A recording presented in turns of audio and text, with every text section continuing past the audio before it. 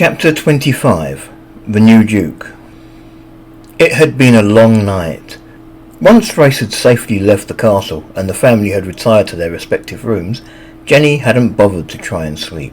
Instead, she had pulled a chair over to the south-facing window of her room and sat vigil.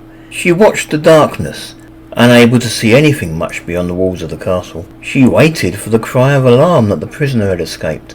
She waited for a messenger to demand entrance to the castle, with word that they had found and killed a harpy on the road. She waited, and she hoped she would hear neither. Florov was a dangerous place these days. The forests were bristling with bandits, both elven and homegrown. Would the elves let Reyes go just because he was a harpy? Then there were the peasants of the local villages. She could well imagine that the peasants would attack first and then ask questions. Indeed, if it was any harpy other than Reyes, she would act the same way herself. The only thing her brother really had going for him was just how close the elven border was to the castle. But even supposing he did manage to get across unscathed, how could he cope in a country that was so alien to anything he had been brought up to expect? She had heard stories of the sort of things that happened in Ghostbond. It was going to be one hell of a culture shock for her brother. "Oh, Reyes," she sniffled sadly to herself. "Why did you even enter the party?" Another thing that began to bother Jenny was how the king would really react once he found out that Reyes had escaped. Jenny had done her best trying to convince her brother that father would be safe if he left the cell, but she had her own doubts. History was filled with examples of king's justice. Some kings of the past had even executed their own sons for smaller crimes and letting a fugitive of the crown go free. Hell, one king was even famous for executing his own wife because she gave birth to a daughter when he had specifically ordered her to bear him a son. Would King Aristine really let her father off the hook just because she was going to marry his son? Jenny didn't know how long she sat at the window before the sun finally began to climb above the horizon. She hoped that her brother was already across the border and into Elistrade. At least he wasn't still in the cell waiting for the appointed hour of his execution. There was a knock on the door. "Are you up, Princess?" That was her father's voice. "I'm up, Father," Jenny replied tiredly. "We're being summoned to the courtyard to watch Reyes' execution," he called. "The king has decreed that since our family harboured him, we have to witness his death firsthand." "I'll be right there," Jenny replied. This was only to be expected. When a member of a noble family was executed, it was normal practice for the family of that noble to be present. It was an old custom, intended to teach an example to the surviving members of the family. It was cold in the courtyard. Jenny began to think about her brother again, out there in the wilds without a stitch to wear. Reyes had always been less susceptible to the cold than she had, but he still felt it when the weather turned really bad, and this morning there was a definite icy chill to the air. Jenny shivered as she looked about the courtyard. There, right in the middle between the training area and the gatehouse, was the execution scaffold. It had been built quickly in order to be ready for this morning. It consisted mainly of a wooden table designed for a human rather than a harpy. There was no room for Reyes to lie on it without effectively crushing his wings and tail beneath the weight of his own body. There was a noose at one end of the table for Reyes' neck, and leather straps to hold his arms and legs in position. There was also a weapons rack filled with several strange-looking tools of torture. The witnesses were scattered about the front of the scaffold, awaiting the hour. Both of Jenny's brothers were standing at the front of the crowd next to her father. Also standing with Jenny's father were two of the king's guards, one to either side of him. Should Reyes not be in his cell, then the guards were supposed to immediately take her father into custody. Standing close to the residency with her head in her hands, crying softly to herself, was Jenny's mother. Duke Ganespa was standing next to her. He had one arm around her shoulder and was doing his best to comfort her. Jenny wasn't surprised to see Duke Ganespa there. After all, he was family. Then again, Ganespa's son, Birdim's brother, Manipul, was nowhere in sight. Nor, now she thought about it, had he been at the party. Another person who seemed to be upset was Princess Alice. She sat over in the corner of the courtyard, barely paying any attention to what else was going on about her. There were tears in her eyes. Jenny couldn't begin to guess why the princess was upset. Maybe her father was forcing her to watch this execution, using it as a means of toughening her up.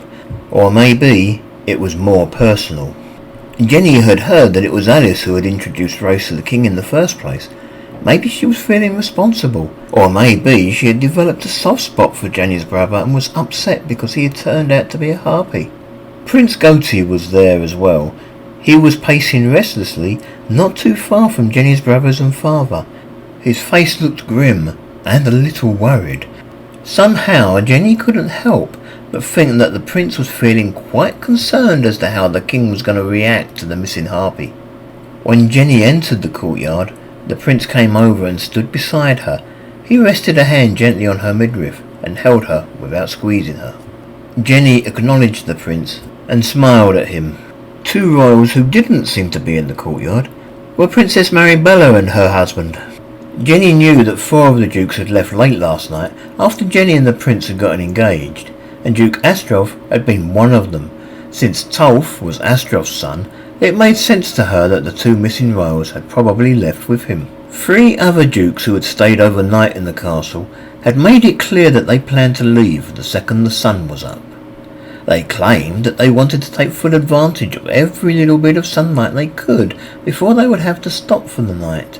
Jenny hoped that it was really because they didn't want to witness the execution of Jenny's brother, something she didn't really think was likely since the victim-to-be was a harpy. Even now the last of those 3 coaches was being prepared by the castle's stable staff. The castle gates were opened for them, and the coach left the castle surrounded by 20 shiny knights. Jenny recognised the coat of arms. It was Duke Gaffani's coach. A short while later, Jenny noticed that someone else seemed to be missing. "Where's Falid?" she asked. Since Falid had been the one to uncover the truth about Reyes, she was surprised that he wasn't there to gloat over the prisoner when he was brought out. "Falid isn't well," Prince Goatee told her. "He had a little too much excitement last night and spent most of the night on the battlements, if you know what I mean. He spent most of the morning trying to find a cure. Last I heard, he had decided to visit your mage for some help." "I can't say I'm sorry," Jenny told him bitterly. Only now did she notice that Manglos wasn't in the courtyard either. If it wasn't for Falid, Reyes would still be with us. "I just hope he recovers before we leave. I'd hate to be in the coach with Falid if he isn't cured. Believe me, it's not nice to be in an enclosed space with that sort of thing going on." "We could always keep the windows open," Jenny suggested wickedly. "It's too cold," the prince replied. "Father doesn't like the cold too much." "Maybe Falid could ride on," Jenny started, but she didn't finish what she was saying as the courtyard was suddenly filled with the sound of a magnificent fanfare. The king and queen emerged from the main doors of the residency. They looked very regal as they walked hand in hand towards the gathered crowd of gentry. They looked every bit as if they were the master and mistress of the castle. The king was wearing his official robes of state, long purple silk with ermine trimmings. Jenny couldn't help thinking that for someone who didn't like the cold, he should wrap up more. The queen was wearing a long purple cloak that dragged along the floor. Her cloak was trimmed with mink. The queen was also wearing a vast array of jewellery. The king seemed to love the attention. He stood there, in front of the residency doors for a good 5 minutes, with the queen beside him, soaking up the adoration of those gathered there. Then the king and the queen parted company. Queen Jelena made her way over to Princess Alice and tried to offer her some comfort. Jenny couldn't hear what she said to her daughter, but Princess Alice did seem to be responding in some small way. Jenny even saw the princess smile at her mother. As Jenny's attention was drawn towards what the queen was doing, the king made his way to the front of those gathered there. He wasn't alone. 2 of the king's knights seemed to be escorting him wherever he went. There was also another man. He was dressed totally in black. Even his head was covered with a black hood with a couple of eye holes for him to see through. Jenny recognised the style of clothing instantly. That had to be the king's executioner. The king wasted no time. He indicated to the 2 guards on duty at the base of the tower that they should fetch the prisoner. The 2 guards ducked into the tower and disappeared from view. While everyone was waiting for the guards to return with the prisoner, the executioner took his place on the scaffold. He began a slow and methodical check of the implements that had been placed up there for this day's execution. It was clear from the care he took over each one that he was planning to use them all. At most, no more than 10 minutes could have passed before the two guards re-emerged from the tower. Jenny wasn't surprised when the two guards returned empty-handed.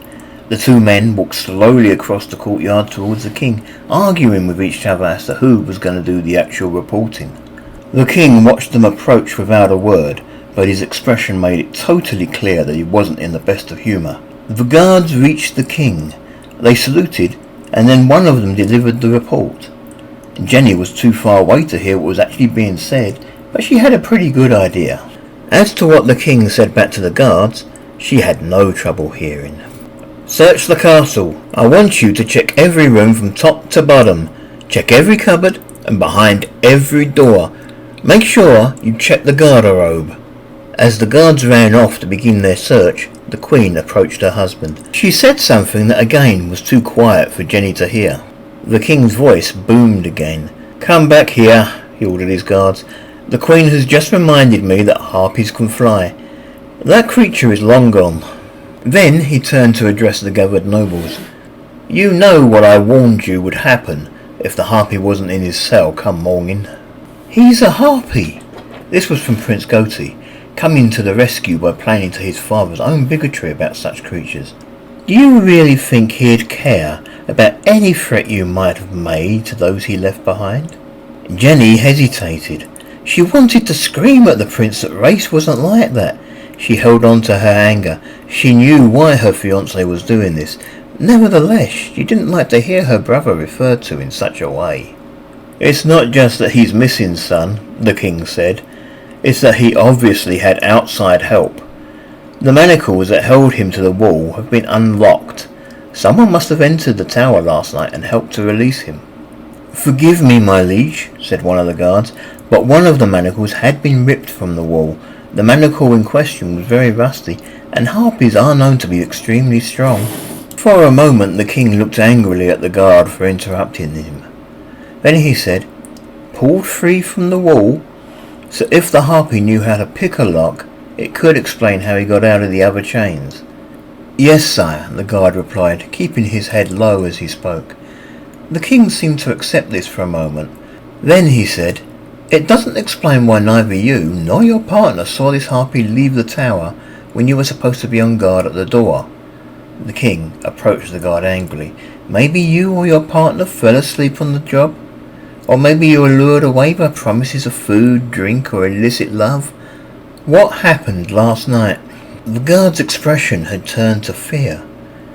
Could he maybe have flown out of the window? No, the king shouted him down. I've seen the windows in that tower. They're far too small for a harpy to squeeze through. I want a complete investigation. I want to know how a harpy, even a young one, could get past two of my best men. Maybe we should just turn this into a triple execution. No, Jenny cried. She stepped forward. Helping Reyes escape was one thing. She wasn't about to stand by while two innocent men paid the ultimate price for her crime. I am responsible. Don't, Tyr said. He was too late. I drugged the guards last night, Jenny continued, trying to avoid any mention of magic. I broke into the tower and helped my brother escape. You? The king turned and looked surprisedly at Jenny. You helped the harpy escape? I did, Jenny replied defiantly. I rescued him because he is my brother. He is as much my brother as either Greyfulf or Tyr. The prince was wrong when he said we shouldn't be surprised that he's gone because a harpy wouldn't care about others. Reyes didn't want to leave last night. He wanted to stay and take the punishment you intended to dish out for him, despite the fact that he had committed no actual crime other than being born a harpy. He said he'd rather go to his grave than be responsible for his father's death. Does that sound like the actions of an evil creature to you? Reyes has been brought up in a human household. He is as human in spirit as anyone standing here in the courtyard today, maybe even more human than most. Her last sentence was clearly aimed at the king himself. I see, the king commented, his expression unchanging. What about the rest of your family? Did they help? Just I, Jenny said defiantly. I worked alone. So, if you're going to execute anyone this morning because your precious little prey got away, it should be me. No! The Prince, Tia and her father all shouted at the same time. Father, Jenny is my wife-to-be, the Prince said. We just got engaged. I won't have you executing her. She helped a harpy escape, son, the King replied. What should I do? The law is the law. You make the laws, father, the Prince replied firmly. The King shook his head. I cannot make exceptions, son, but I promise I'll make it quick for your fiancée. He turned to the executioner and said, You just have 2 victims this morning. Just behead them quickly and painlessly. Jenny squawked with fear. No, Tia stepped forward next to his sister. Jenny didn't work alone. I was there, and I also helped. I kept the guards distracted in order to buy Reyes the time he needed to get clear. No, Tia, Jenny tried to protest. Don't worry, sis, Tia commented. You won't die alone. There was a cry of anguish from Jenny's mother somewhere near the rear of the crowd. The 2 of you, the King said. That's 3 to behead. 4, Greyforth declared. He took his place beside Tia. I made sure those on duty at the winch house could be trusted to turn a blind eye. Jenny could hear her mother crying. She wanted to turn round and maybe comfort her, but she daren't move. A little bit of magic might get them out of this fix, but with so many guards she was scared to even try. You, Greyforth? The King said, surprised. Why, your hatred for harpies has been well documented. Why would you have been willing to help? I do hate harpies, Greyforth confirmed. Ever since one killed a good friend of mine 6.5 years ago, I was against Reyes joining our family in the first place. I could see nothing good coming of it, and I was sure that he would grow up to be as evil as the rest of his race. I even vowed that on the day I became Duke, he would be exiled from the land. So why did you help him? The King demanded. I was wrong, Greyforth replied. Before he had even reached his 2nd year, Reyes saved my children from an elf raider. Ever since then, I've been trying to make up for the way I used to treat him. Last night, I think I've finally set things straight. What can I do? The King shook his head sadly. I can't execute all 4 of you. The Moth family would cease to exist. I can't leave this dukedom without a duke. It's too close to the elven border. Father, Prince Goatee said, stepping next to Jenny and taking her arm in his, there's something else. If you execute the 4 of them, then you'll have to execute me too. I was also there last night. In fact, it was my assurance to them that you would be lenient and not execute their father that convinced them to go through with the rescue in the first place. You, son, the King said angrily, I thought I brought you up better than this. You brought me up to hate the evil races, father, just as you do. But you also brought me up to judge for myself. I've known who and what race was ever since the day I got here 2 weeks ago. I'll admit, I was sceptical at first, but Jenny made me promise not to hurt him, and I've seen the love she's had for him and he for her. We'd have to go a long way to find another brother and sister who are so close, and they aren't even members of the same race, the Prince explained. Seriously, Jenny offered. Reyes didn't even know he was a harpy until Philide uncovered him last night. I've little doubt it was as much a shock to him discovering the truth as it was to anyone in the Great Hall yesterday. The King took a few steps back so that he was standing right next to the scaffold, and then announced, I'm not executing my own son. I can't leave the land without an heir. It is your choice, father, Prince Goatee announced. If you execute the Moth family and let me live, people will accuse you of playing favourites. You must either execute us all, or you must let us all live. But, the King said, we are all guilty of the same crime, father, the Prince declared. The King looked at one of his guards, and then the other. Then he looked up at the executioner. Jenny held her breath. Just because the Prince had told the King it wasn't a good idea to show such favouritism didn't mean the King wouldn't just go ahead and do so anyway. If the King thought he was powerful enough to let his son live and still execute the Moth family, then there was a fair chance he would do just that. The King cleared his throat. "Okay, everyone, sorry for wasting your time, but there is to be no execution today." "Thank you, Father," the prince commented. There was a lot of unhappy grumbling from most of the gathered dukes. The executioner also didn't seem to be very impressed. He didn't say anything, but he descended from the scaffold with an irritated grunt. Jenny relaxed. "Nevertheless," the king declared, "I cannot let this crime go totally unpunished." "Father?" the prince said worriedly. The king turned his attention fully on Jenny's father, Duke Grunhay de Moff. "Here, by royal decree, I strip you of your lands and titles. You are no longer the Duke of de Moff. You may no longer own any property in the country of life, nor may you command her armies on the field of battle." "Thank you, my liege," Grunhay replied. "You are most merciful. Furthermore, you will come back to the palace with me, where you will be placed under house arrest until such a time as my son and your daughter are married. Then I will decide whether or not you are to be released or executed, dependent upon your behaviour." "Thank you again, my liege," Grunhay repeated. Greyforth de Moff stepped forward. Greyforth did as he had been commanded and knelt before the king. "Greyforth de Moff, as the eldest son of the previous duke, I hereby convey all the lands and titles of the dukedom of de Moff upon you. You now have the power to raise armies against the mutual enemies of the crown and to raise taxes from your vassals." "No," Greyforth replied. "I cannot accept this honour."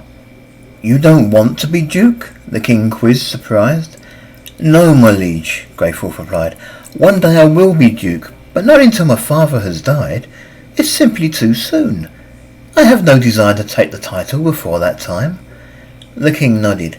"Well said. And if it will really take the death of your father to get you to accept the position of duke, then I'm sure it can be arranged. We have the scaffold right here and ready, and it does seem a shame to waste it." "I'll be the duke," Greyforth replied quickly. "Good," the king said. "I was sure you'd come around to my way of thinking."